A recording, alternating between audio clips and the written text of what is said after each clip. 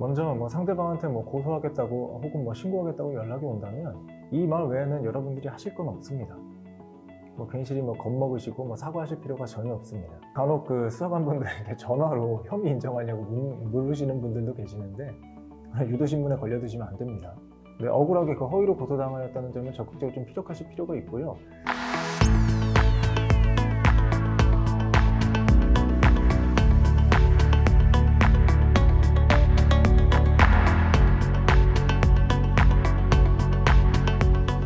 안녕하세요. 형사 전문 백준현 변호사입니다. 저번 영상에 이어서 오늘 영상에서는 성범죄로 내가 억울하게 무고를 당했을 때 대처할 수 있는 어떤 실천적인 방법에 대해서 설명드리도록 하겠습니다. 먼저 상대방한테 고소하겠다고 혹은 신고하겠다고 연락이 온다면 그냥 강경하게 대응을 하세요. 네가 날 허위로 무고한다면 나도 너를 무고죄로 역으로 고소할 것이고 기타 필요한 법적 조치를 전부 취할 것이다. 이 말 외에는 여러분들이 하실 건 없습니다. 괜시리 겁먹으시고 사과하실 필요가 전혀 없습니다. 이후 실제로 고소장이 접수가 돼서 수사관한테 연락이 온다면 그다음 수사관이 이제 보통 언제 출석하세요라고 하시는 분들도 계시고 그다음에 당사자랑 일정을 조율하시는 분들도 계시는데 수사관이 출석하라고 한 그 날짜 그 시간에 출석하실 필요 없습니다. 여러분들도 스케줄이 있잖아요. 여러분들 스케줄에 맞춰서 평일 혹은 야간 주말 아무 때나 좀 편하신 시간을 조율하셔서 그때 출석하시면 됩니다.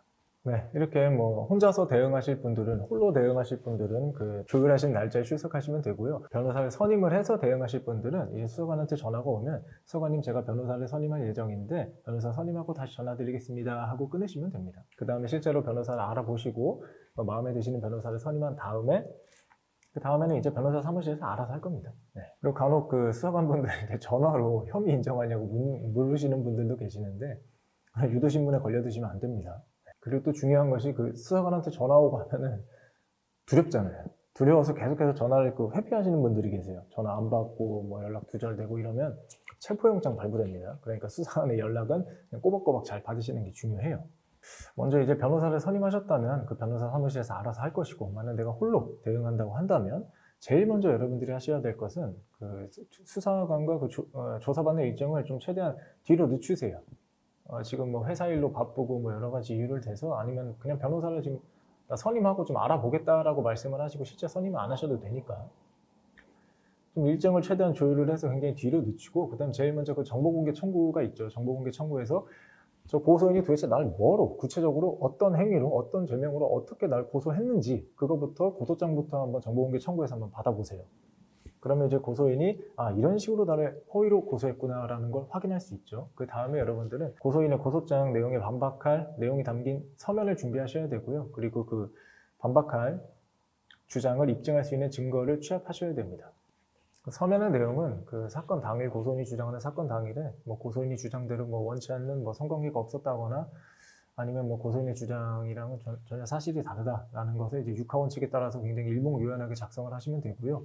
그 다음에 관련 증거는 성관계가 합의하에 이루어졌다는 걸 입증할 수 있는 그런 직접 증거부터 해서 그걸 추단할 수 있는 정황 증거까지 모든 증거를 취합해서 그걸 프린트 하셔도 되고요. 웬만하면 USB로 파일로 잘 정리해서 제출을 하시는 게 좋습니다. 그게 수사관이 일하기가 더 편해요. 증거 같은 경우는 이제 고소인이 주장하는 그 날짜 전후로 해가지고 고소인과 주고받은 인스타 DM, 카카오톡, 문자, 통화가 있던 통화, 녹취록 등 그날 어떠한 성범죄도 없었다는 걸 입증할 수 있는 추단할 수 있는 그런 정황 증거부터 해서 그 나라에 있었던 같이 갔던 술집, 편의점, 모텔 CCTV 아니면은 근처 방범용 CCTV, 블랙박스 영상 등 관련 직접 증거들까지 해서 전부 아니면 그 자리에 있었던 동석인이 있었다면 그 동석인의 진술서, 사실 확인서 등 여러 가지 여러분들의 무고함을 입증할 수 있는 모든 증거, 조금이라도 관련되어 있는 모든 증거는 다 제출하시는 것이 좋습니다. 그렇게 준비된 서면과 증거 자료를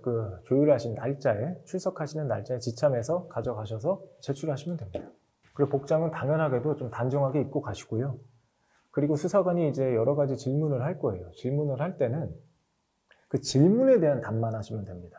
근데 간혹 여러분들이 굉장히 불안하잖아요. 그래서 몇 날, 몇 월 며칠, 그리고 어떤 장소에서 A씨와 성관계를 가진 사실이 있어요? 라고 질문을 하면 있으면 있다. 그날이 아닌데요? 그 전날인데요? 그 전날입니다. 이렇게 대답을 하시면 되는데 자꾸 거기에 그 이유를 갖다 붙이세요. 아니면 부연 설명을 하려고 하거나 그러실 필요가 전혀 없습니다. 그렇게 계속 묻는 말에 대답하지 않다 보면 조사가 굉장히 길어질 거예요. 그리고 여러분들이 이유를 말하고 그날의 설명을 구체적으로 하고 싶잖아요. 그거는 수사관이 또 따로 질문을 할 겁니다. 그럼 그때 대답하시면 되고, 정리하자면 그냥 수사관이 묻는 말에만 대답하시면 됩니다. 네. 그리고 수사관한테 적극적으로 그 피해자와 함께 피해자가 거짓말을 하고 있는 거기 때문에 뭐 대질 조사를 요청한다던가 아니면은 거짓말 탐지기에 응하겠다고 적극적으로 요청한다던가 혹은 거짓말 탐지기가 좀 불안하다 싶으시면 그냥 피해자가 응한다면 나도 거기에 응하겠다 정도로 대답을 하셔도 됩니다. 그리고 그 외에 억울하게 그 허위로 고소당하였다는 점을 적극적으로 좀 피력하실 필요가 있고요. 그 외에 사실 이 허위로 누군가를 고소한다는데 그 아무런 이유가 없을 수는 없거든요. 그래서 보통 뭐 채권 채무 관계가 있다거나 아니면 기타 뭐 보복성, 나도 고소를 당했는데 너도 한번 당해봐라는 식으로 그 보복성 고소를 했다든가 여러 가지 기타 여러분들이 추정할 수 있는 그 허위 고소의 이유가 있을 거예요. 그런 이유도 여러분들이 잘 피력하시길 바랍니다. 이 정도까지만 한다면 여러분들은 경찰 단계에서 혐의 없음, 증거 불충분 처분이 나올 거예요. 혐의 없음 처분이 나올 텐데 만약에 이런 증거가 전혀 없고 양측의 상반된 진술만 존재한다면 뭐 예를 들어서 고소인은 나는 뭐 강간당했다, 뭐 피고소인은 아니다, 합의하에 성관계한 것이다, 이런 양측의 상반된 주장만 존재한다면 웬만하면 재판까지 간다고 생각하시면 됩니다. 뭐 고소인의 뭐 지인들이 계속해서 뒤바뀌고 너무 허무맹랑한 것이 아니라면 수사관은 아무래도 피해자의 쪽에 좀 기울어져 있기 때문에 피해자의 진술의 신빙성을 더 높게 판단을 하죠. 그렇기 때문에 경찰은 검찰에 송치할 것이고 검사는 법원에 기소할 겁니다. 그리고 정말 이렇게 양측의 어떤 상반된 진술만이 증거로서 존재하는 경우에는 웬만하면 변호사 선임하시는 걸 추천드리겠습니다. 성범죄 무고의 경우에 원나잇범죄라는 말도 있기는 한데 좀 예외적일 수도 있겠지만 이제 부부간 성범죄 무고 사건 같은 경우에는 어떻게 대응해야 할까요? 뭐 부부라고 해서 그 행위 주체와 객체가 어떤 신분관계가 뭐 혼인관계라고 해서 뭐 무고죄, 그 허위 고소에 뭐 대응하는 방법이 크게 달라지는 것은 아니고요. 그리고 이제 우리 대법원은 부부간에서도 이제 부부간에도 성범죄가 성립한다는 그 입장을 공고히 하고 있기 때문에 부부간의 성범죄로 허위 고소하는 경우는 그렇게 많지는 않습니다. 드물어요. 드문데 그 여타 성범죄 사건과 마찬가지로 굉장히 첨예하게 다퉈야 합니다. 제가 다뤘던 사건 중에서는 1심에서 이제 유죄를 선고받고 항소심에서 선임하신 분인데 항소심에서 이제 무죄를 선고받기는 하셨어요. 그런데 너무 힘들어요. 왜냐하면 정말 명백한 증거가 있으면 괜찮은데 명백한 증거가 없기 때문에 그 진실 싸움이기 때문에 법원에서도 아마 판단하는 게 쉽지만은 않습니다. 성범죄 사건의 경우에는. 네, 방금 설명해 주신 거에 좀 연장선상 같기는 한데요. 정말 억울한 상황이 많잖아요. 모죄 같은 경우에 증거도 이제 확보가 안 되고 이제 할 수 있는 게 크게 없는 상황일 때는 거의 무조건 실형이 선고된다고 봐야 할까요? 아니요, 그렇지 않습니다. 무조건은 없고요. 근데 아무래도 그 전문가의 조력을 받지 않는다면 실형이 선고될 가능성이 훨씬 더 높겠죠. 그런데 이제 전문가의 조력을 받게 된다면 사실은 이제 양측의 상반된 진술만이 존재하고 그 외에 어떤 재반 증거가 없다면 사실 이제 이건 뭐 변호사의 역량이죠. 변호사의 역량입니다. 이제 좀 과거에 이제 미투 사건이 날았을 때처럼 이제 과거의 일로 이제 성범죄 고소를 받는다면 이제 증거 수집이 이게 안 될 텐데 이런 상황일 때는 또 어떻게 대응해야 될까요? 이것도 마찬가지로 뭐 진술만이 존재하는 경우로 볼 수 있는데요. 굉장히 그 과거일로 성범죄로 고소를 하게 된다면 차라리 허위 고소를 하게 된다면 차라리 그 피고소인 입장에서는 유리한 상황입니다. 유리한 상황이에요. 왜냐하면 그 과거의 일로 미성년자가 아니고 성인이라면 이 과거의 일로 이 성범죄로 고소한다는 거에 대해서 이제 재판부나 수사기관에서도 그 진술의 신빙성을 그렇게 높게 판단하지는 않습니다. 그 어떤 죄보다 이제 성범죄라는 게 이제 죄 무게가 좀 크다고 저는 느끼는데 성범죄 사건에 이제 보통 변호사 선임비는 뭐 평균이 있지는 않습니다. 근데 대신 뭐 사건의 종류를 나누자면 단순 폭행이나 아니면은 뭐 재산범죄 쪽, 그 외에 좀 민사 혹은 뭐 가사 이런 사건에 비해서 성범죄 사건의 그런 변호사 선임 비용이 굉장히 높은 건 사실이에요. 사실인데 그 편차가 또 굉장히 큽니다. 상대적으로 좀 저렴하게 받으시는 분들도 계시고 굉장히 좀 높은 수임료를 요구하시는 변호사분들도 계시는데 여러분들이 생각을 하셔야 되는 건 일단 실형 가능성이 굉장히 높은 범죄 유형 중에 하나이고 그리고 그 실형이 또 단기 실형도 아니에요. 단기 실형도 아니죠. 성범죄는 뭐 몇 년이 선고될지 알 수가 없는 부분이고 죄명에 따라 너무 그 폭이 크기 때문에 그렇기 때문에 그런 범죄 사건의 경우에는 굉장히 수임료 단가가 올라가기 마련입니다. 왜냐하면 해야 될 것들이 굉장히 배로 늘어나요. 그렇기 때문에 성범죄 사건의 경우는 통상 그 일반적인 사건에 비해서 그 수임료가 굉장히 높은 편에 속하고,